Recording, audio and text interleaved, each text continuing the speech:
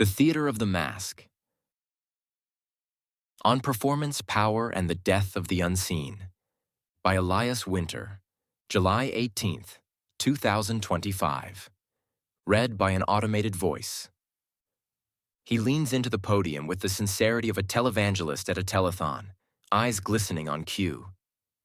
Every tragedy is his own, every misfortune an opportunity for a trembling lower lip. He bites his voice into a soft warble. I feel your pain. As aides circulate the room with fresh polling data, he wears compassion the way a pageant queen wears a sash, the words deeply moved, lacquered onto his forehead, ready for the camera flash. When he finally blinks, you realize he never actually saw you. Only your potential to reflect him back, more feeling than real. Empathy weaponized as spectacle. He bounces into frame, ring light sparkling off eyes wide with caffeinated mischief. What's up, fam? He shouts, wielding sarcasm like a plastic sword, slashing at the news of the day with a practiced grin. Nothing is sacred. Everything is content. In the space of a single edit, he is outraged, delighted, disenchanted, and back to shilling his merch. He performs the apocalypse as sketch comedy. His soul an endless scroll of hot takes and meme faces, sincerity hidden under layers of winking irony. If the world ends live on camera, at least it'll go viral. His glasses perch precariously at the end of his nose, lending gravitas to his concern. The republic, he intones, is in crisis. Democracy itself withering under the weight of misinformation, incivility, the collapse of trust. His prose is as solemn as a church bell, his Twitter feed a litany of warnings. Offstage, he trades business cards with lobbyists at power luncheons, pitching opinion columns that double as press releases for donors. He files stories on the death of the Fourth Estate, then whispers exclusives to the very institutions he claims to watch. When the interview ends, he straightens his tie and checks his inbox for the next assignment from democracy's newest sponsor. There is a look I cannot unsee. The face on every American screen, a smile pulled too tight, a vulnerability too rehearsed, an authenticity that stutters on the edge of parody.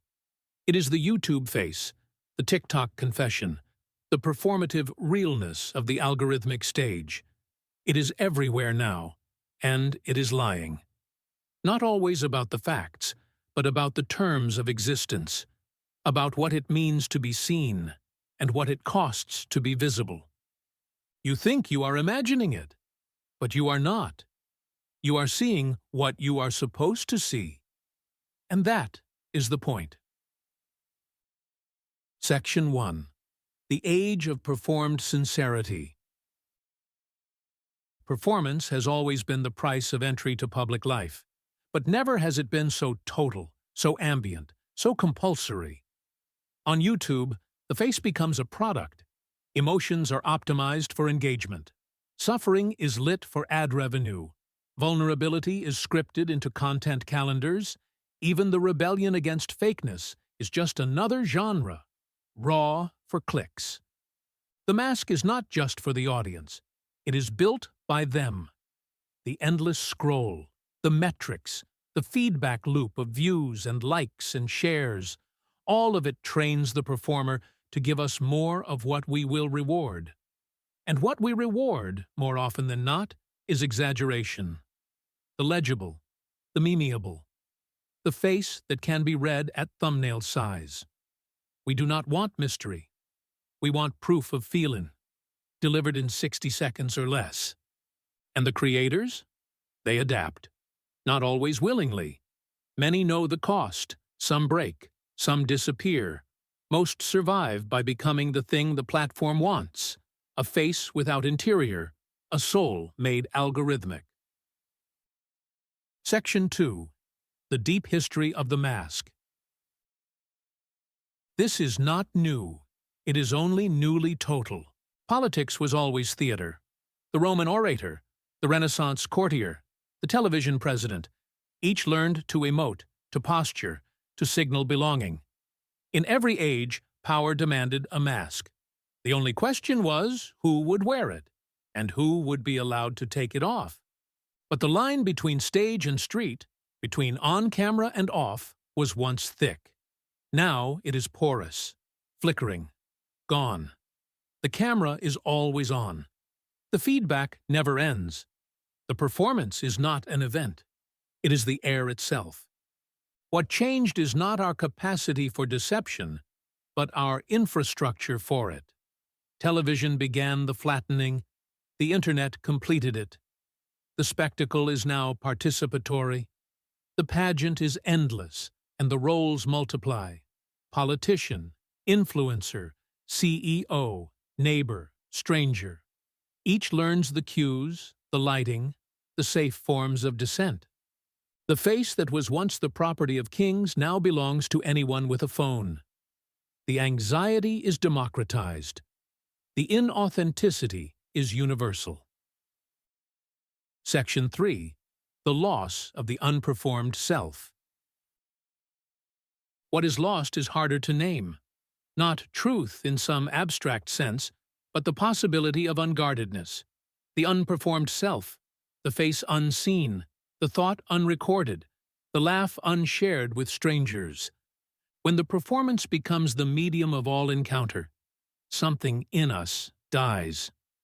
We lose not only the capacity to trust others, but the ability to trust ourselves. We forget what we were before the camera, before the edit, before the need to be witnessed at all. Politicians are the high priests of this ritual, but they are not its authors. They are merely the most professional. Their performance is strategic, adaptive, shaped by the algorithm of public opinion and party discipline. But so is yours, if you post, if you share, if you speak for a living. In a culture where every utterance is a potential brand and every pause a threat, sincerity becomes an aesthetic. One more mask among many. Even realness is choreographed.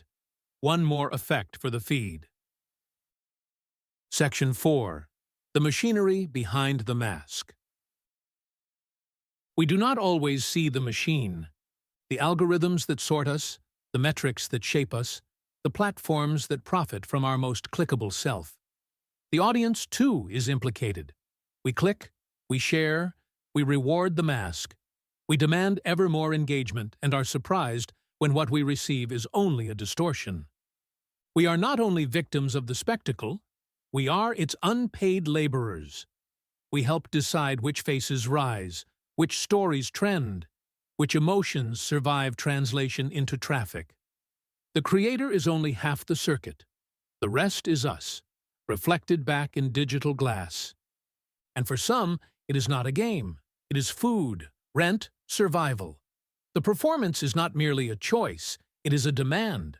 The system punishes the unperformed with invisibility, with poverty, with exile. Section 5. What we don't see and what we refuse to admit. There are things we do not see, because to see them would break the spell. That the hunger for authenticity is itself a market, one that teaches even vulnerability how to pose. That performance is not always voluntary. For many, it is a shield, a survival tactic, a means of protection from a world that punishes difference. That the very platforms which claim to connect us are designed to amplify the most performative, the least ambiguous, the faces least capable of quiet.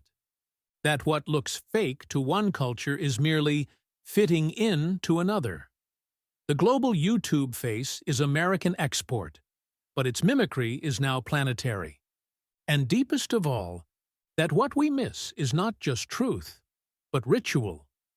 Not just realness, but the sacred presence of the unshared, the private, the face turned away from the crowd. Section 6. The universalization of the mask. There is no sanctuary now. What began in politics has become the structure of all relation. The performance face is not just for presidents, not just for salesmen. not just for the desperate.